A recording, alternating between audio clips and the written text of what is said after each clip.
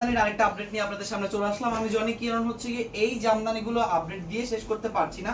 দেখেন আমরা পিকচারও আপলোড করে দিব আপনাদেরকে, অবশ্যই আপনারা ভিডিওর পর পর একটা করে ক্লিয়ার পিকচার পেয়ে যাবেন, সেটা দেখে আপনারা বুঝে শুনে কনফার্ম করবেন। এখন যে জামদানিটা আমি ধরে আছি এটা হচ্ছে 1000 বুটার মধ্যে একদম বেজ কালারটা পড়বে অ্যাশ কালার, আর ফুল বডিটা দেখেন একদম নিখুঁত ভাবে অ্যাশের উপর আপনার মক পিঙ্ক কালার দিয়ে হচ্ছে কি কাজ করা, এবং জারি সুতা অবশ্যই আছে।